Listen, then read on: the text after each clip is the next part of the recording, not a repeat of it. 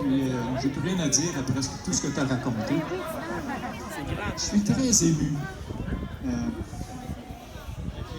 Robert Béliveau. Robert Béliveau, médecin, à la retraite.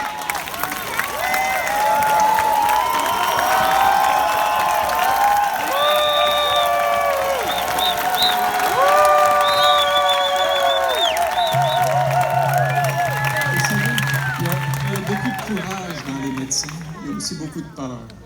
Alors, on est des êtres de peur et donc de contrôle. Vous voyez ça chez les gens de la santé publique. Plus on a peur, plus on essaie de contrôler. Alors, on est rigide, puis on est organisé, on est bâillonné actuellement. Mais je pense qu'il y a beaucoup de gens qui vont aller au-delà du bâillon et s'exprimer de plus en plus et clairement. Parce que la science nous dit des choses et la science nous tait des choses. La science ne dit pas tout. Et quand on dit la science nous dit que, non, il y a des scientifiques qui disent ceci, puis il y en a d'autres qui disent cela. La science, c'est l'art de douter. C'est l'art de questionner. Et c'est pas l'art d'imposer ces solutions. C'est l'art de proposer, suggérer, inviter, influencer, tout sauf contrôler. Quand tu as du contrôle, c'est pas de la science qu'on fait, c'est de la politique. Et actuellement, ce qu'on fait, c'est qu'on utilise la mauvaise science pour faire de la mauvaise politique.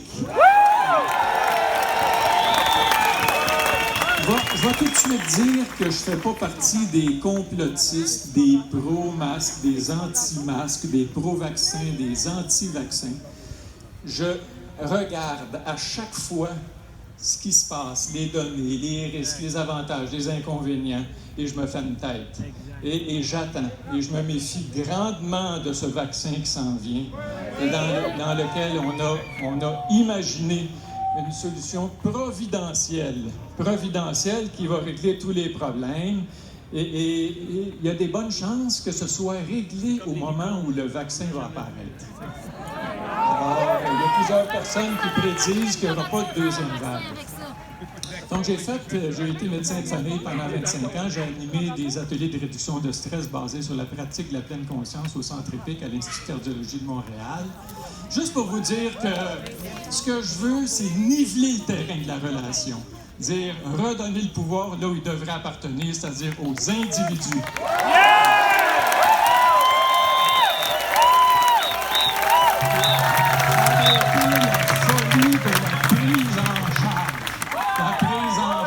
Des enfants, la prise en charge des patients, la prise en charge, ça décharge et ça surcharge la personne qui prend en charge. Alors, l'idée, c'est de redonner un peu de pouvoir aux gens en leur donnant des outils, une formation, pas juste de l'information, mais une formation. Alors, j'aime autant dire aussi que la première chose pour moi qui est importante, c'est d'abord ne pas nuire. Primum non nocere. C'est la base de toute relation des parents avec les enfants, des docteurs avec les politiciens, avec les citoyens aussi. D'abord, ne pas nuire. Et actuellement, je regarde ce qu'on a fait depuis le début. On a nui à toutes les catégories dans la population. Avec le contraire de ce que nous a dit un des grands sages, penser largement, agir localement. Penser globalement, agir localement. Où se trouvent les vrais problèmes, où se trouvent les difficultés, où se trouvent les gens qui sont en difficulté dans les CHSLD, on les a délaissés. Là, on s'acharne sur qui? Les enfants. Et c'est là qu'il faut se mettre à intervenir.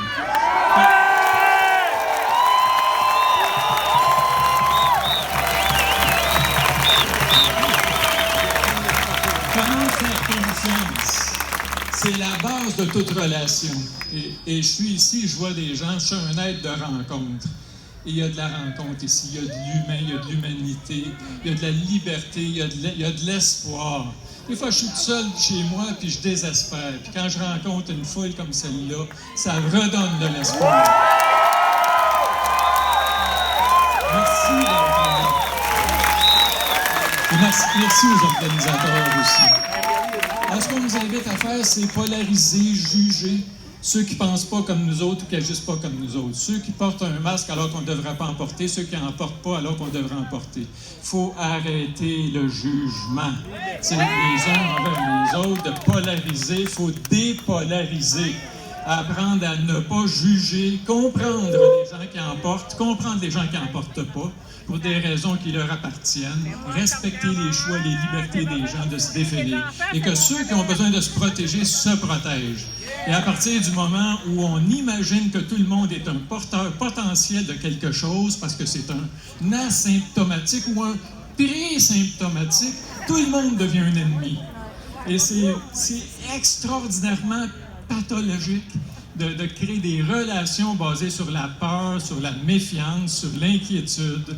Il faut retrouver la confiance, le bonheur d'être ensemble, sans se sentir coupable de prendre quelqu'un dans ses bras.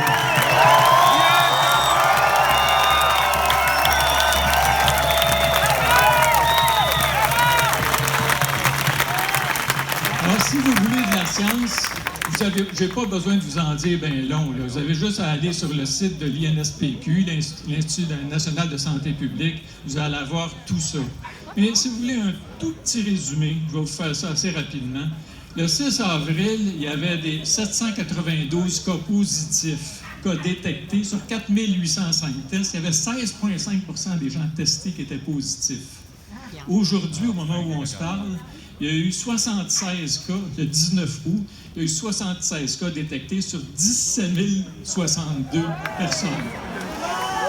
Alors, on est rendu à 0,4 % de positivité. Ça veut dire quoi? Ça diminue. Ça diminue, mais les règles, eux autres, ne changent pas.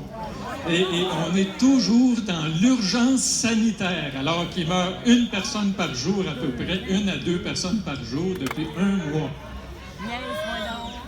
L'urgence sanitaire, je vais vous la dire, c'est pas celle qui permet d'imposer des règles qui n'ont pas d'allure, c'est celle qui va... L'urgence, la vraie urgence sanitaire, c'est l'urgence de vivre une vie saine. Et une vie saine, c'est une vie qu'on choisit, pas une vie qu'on subit.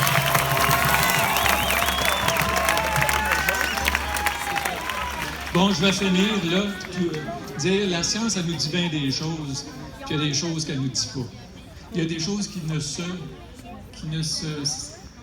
Les chiffres ne disent pas tout. Les statistiques, il y a des gens qui ont dit qu'il y a 3 types de mensonges. Ceux que tu commets, ceux que tu ne commets pas, ceux que tu omets, des mensonges par omission, et les statistiques.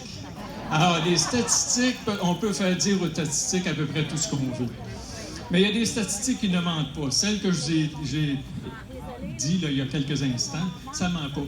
Mais il y a des choses qui ne paraissent pas dans les statistiques, mais qui sont là.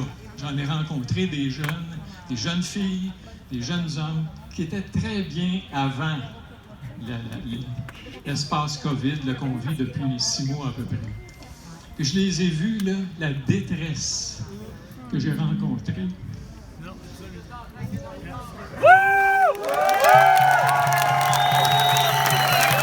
Et c'est des jeunes qui sont sans voix. Il faut parler en leur nom et que cesse cette violence systémique. Je termine en disant, quand tu es seul, tu vas plus vite, mais ensemble, tu vas plus loin.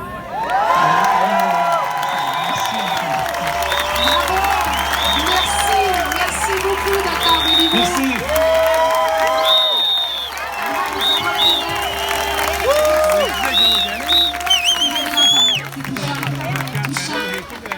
Vous savez, on a une dizaine d'orateurs aujourd'hui, d'invités. Mais à travers ça, on veut vous mettre un petit peu d'ambiance. C'est quand même familial, on veut s'amuser. On a pensé, en fait, ton recherchiste, d'ailleurs, que j'adore. Un gros merci à Luc de la Sablionière qui a travaillé très fort à nous avoir cette belle brochette d'invités et à toute l'organisation de tout ça.